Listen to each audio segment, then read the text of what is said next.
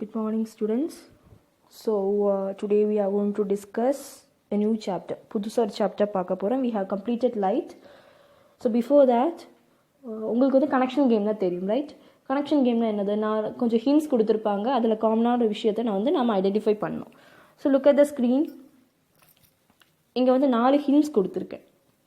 First one is non metals, then second one கோலோட pic கொடுத்துருக்கேன், third one வந்து carbon dioxide denote பண்ணுற மாதிரி கேஸஸ் வெளியில் போகுது ஃபேக்ட்ரியிலேருந்து, கார்பன் டை ஆக்சைடு டினோட் பண்ணியிருக்கேன். Last one is graphite pencils.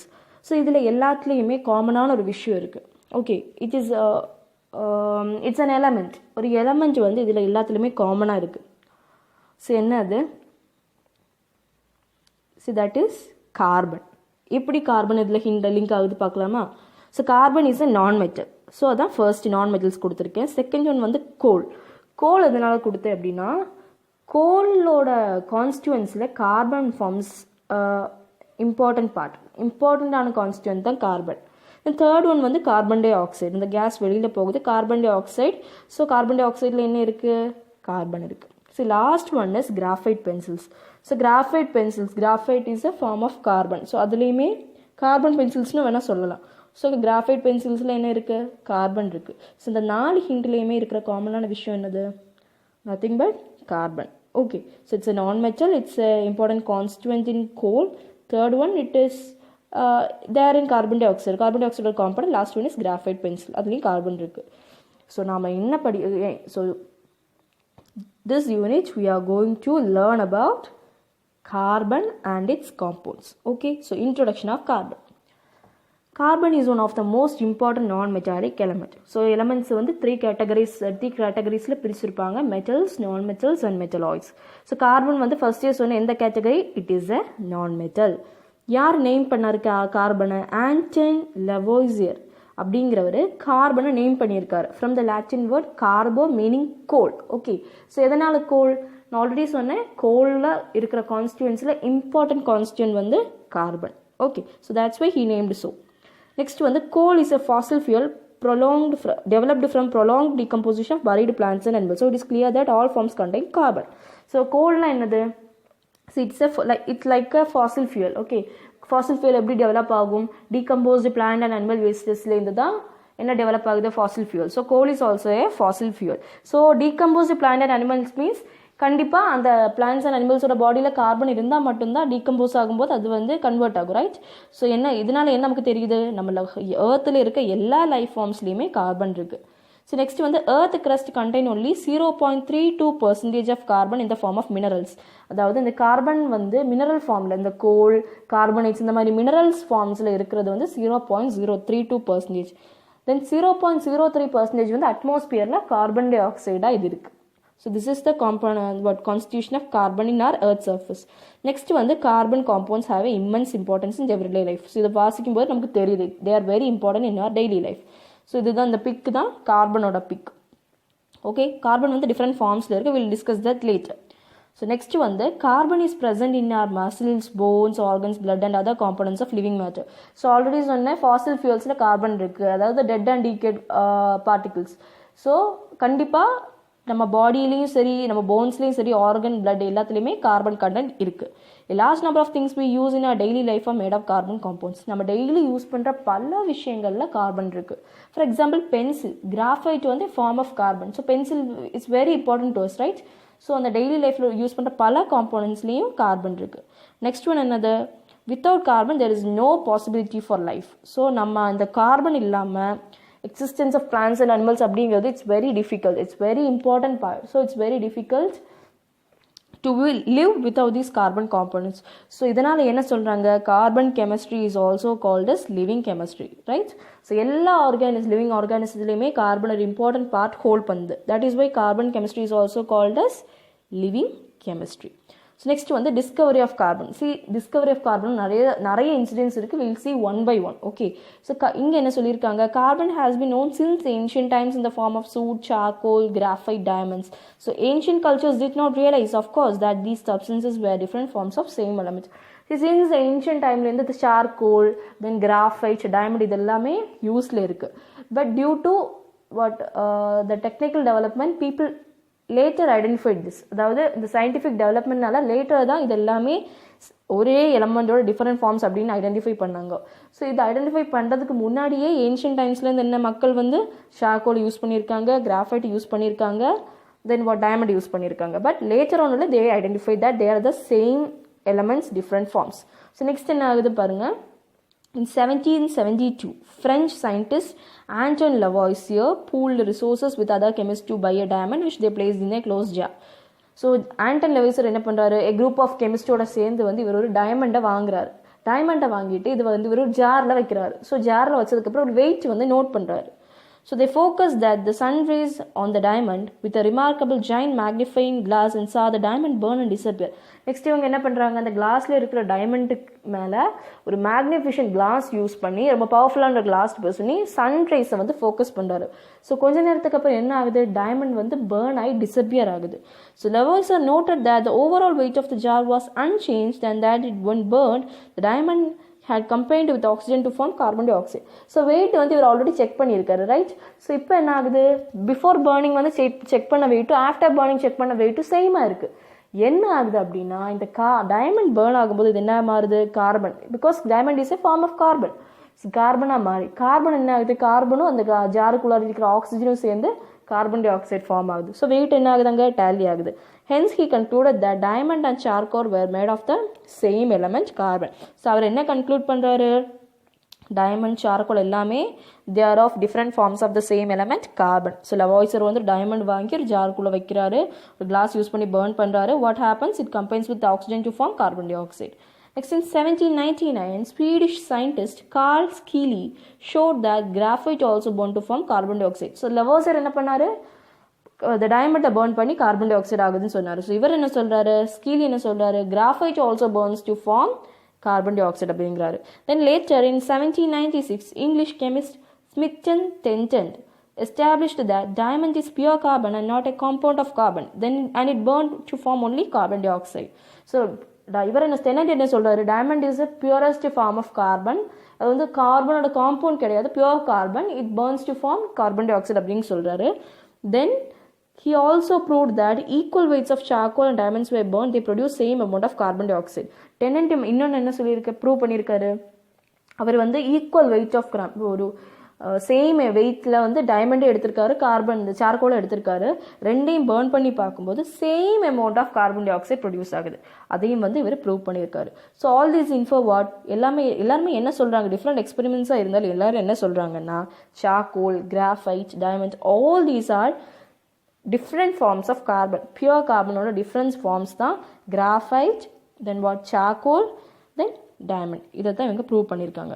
So Scheele என்ன சொல்கிறாரு, graphite carbon dioxide produce ஆகும்னு சொல்கிறாரு. டெனன்ட் சொல்கிறாரு, diamond is a pure form of carbon. Carbon compound கிடையாது, it's a pure form of carbon. So next what happens, you know, இந்த year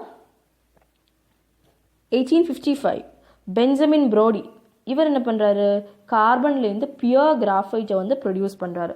so he what further proved, already நமக்கு தெரியும், but he proved that graphite is also diamond. Tennant diamond எப்படி pure form of carbon அப்படின்னு சொன்னார், அதே மாதிரி ப்ரூட் என்ன சொல்கிறாரு, graphite is also a pure form of carbon, although it had been previously attempted without success. In 1955, American scientist Francis Bunty and his co-workers at General Electric Company finally demonstrated that graphite could be transformed into a diamond in high pressure and temperature. See, இந்த experiment வந்து நிறைய பேர் முன்னாடி பண்ணியிருக்காங்க, but அவங்க வந்து succeed ஆகலை, அவங்களுக்கு வந்து வெற்றி கிடைக்கல. இந்த இயர் 1955 ஃப்ரான்சிஸ் பண்டியும் அவரோட கோ-ஒர்க்கர்ஸும் சேர்ந்து ஜெனரல் எலக்ட்ரிக் கம்பெனியில் வச்சு என்ன பண்ணுறாங்க, தே had transformed graphite வந்து டைமண்டாக மாற்றியிருக்காங்க at higher pressure and temperature because they are different forms of carbon, right? So இவர் என்ன பண்ணியிருக்காரு, சக்ஸஸ்ஃபுல்லாக கிராஃபைட்டை வந்து டைமண்டாக ட்ரான்ஸ்ஃபார்ம் பண்ணியிருக்காரு. So what we have learnt in this 1855 Brodie என்ன சொல்கிறாரு, டைமண்ட் மாதிரி graphite is also a pure form of carbon. கிராஃபைட்டே நம்ம வந்து கார்பன் காம்பவுண்ட் அப்படின்னு சொல்லக்கூடாது, like diamond it is also a pure form of carbon Brodie சொல்கிறாரு. Then in 1955 Tennant converted graphite into diamond at higher temperature and pressure. Okay, So next what happens, in 1985, Robert Curl, Harry Kroto, Richard Smalley discovered fullerenes.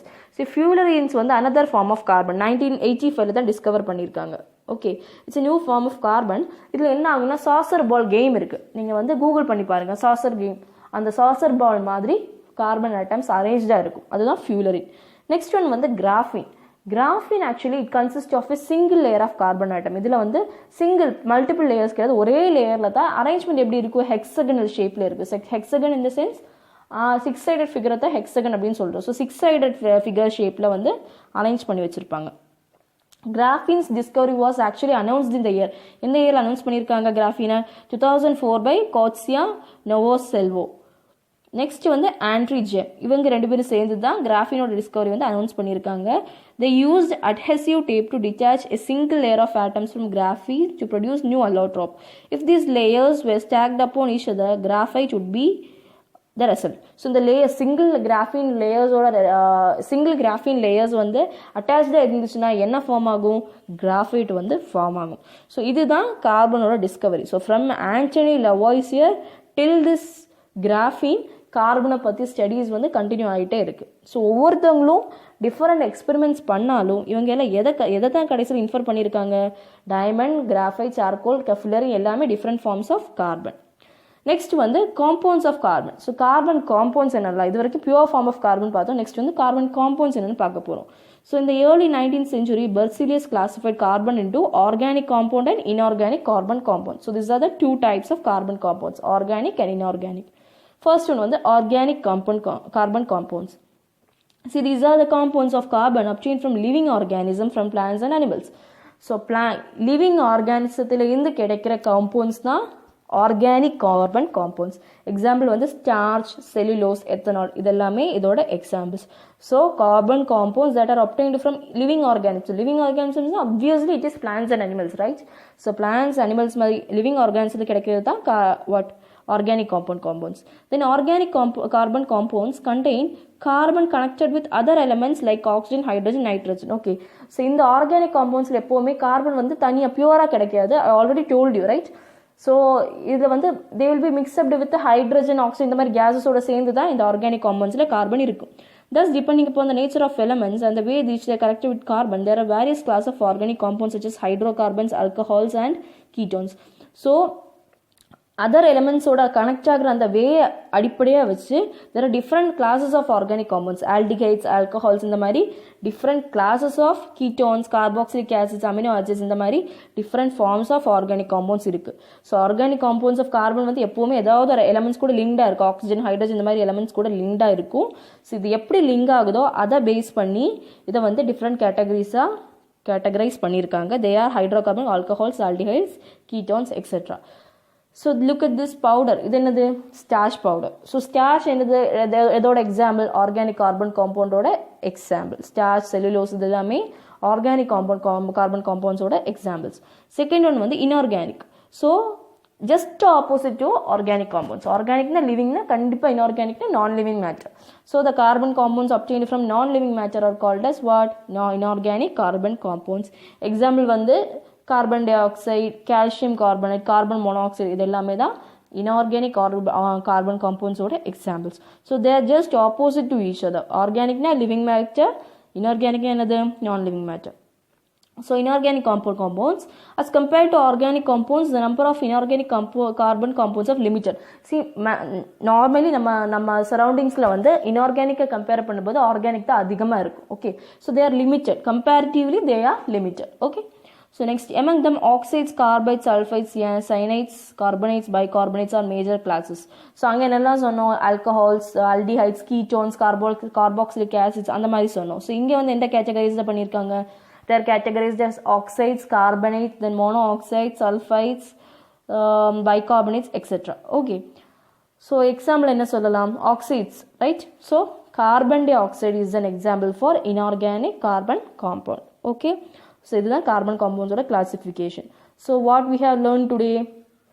கார்பன்னா என்னன்னு பார்த்தோம், right? கார்பன்ங்கிற non metal, it is important for constant of coal. Then life எல்லா human எல்லா லைஃப்லேயுமே life will be impossible without carbon. So எல்லா எலமெண்ட்ஸ்லேயுமே carbon வந்து இருக்குது. எல்லா மெட்டீரியல்ஸ்லையுமே கார்பன்ஸ் இருக்குது. ஆல்மோஸ்ட் எல்லா மெட்டீரியல்ஸ்லேயும் கார்பன் இருக்குது. Then carbon chemistry, living chemistry அப்படின்னு பார்த்தோம். Then different forms of pure forms of carbon பார்த்தோம். Diamond, graphite, fullerene, graphenes, charcoal. So நிறைய எக்ஸ்பெரிமெண்ட்ஸ் பார்த்தோம். இதெல்லாம் என்ன இன்ஃபர் பண்ணுது? All these are different forms of carbon item. Then 2 kinds of carbon பார்த்தோம். What are they? Organic carbon compounds and inorganic carbon compounds. So organic now what we get from living organisms, inorganic in the sense from non-living matter. So organism வந்து carboxylic acid, ketones இந்த மாதிரி classify பண்ணியிருக்காங்க. இன்ஆர்கானிக்னா carbonates, bicarbonate அந்த மாதிரி classify பண்ணியிருக்காங்க. So ஆர்கானிக்கோட example என்ன சொல்லலாம்? Starch, cellulose இதெல்லாமே ஆர்கானிக்கோட எக்ஸாம்பிள். இன்ஆர்கானிக் அப்படின்னா கார்பன் டை ஆக்சைடு எல்லாத்தையுமே நம்ம எக்ஸாம்பிளாக சொல்லலாம். So that's all. ஸோ உங்களுக்கு ஒரு ஹோம்ஒர்க் இருக்குது. So just search this, okay? Mention some of the properties of inorganic carbon compounds. So inorganic na enna ungalku theriyum. Search, Google panni parunga. What tabulate write the different properties of inorganic carbon compounds. So that's all today's class. Hope you all understood. Thank you.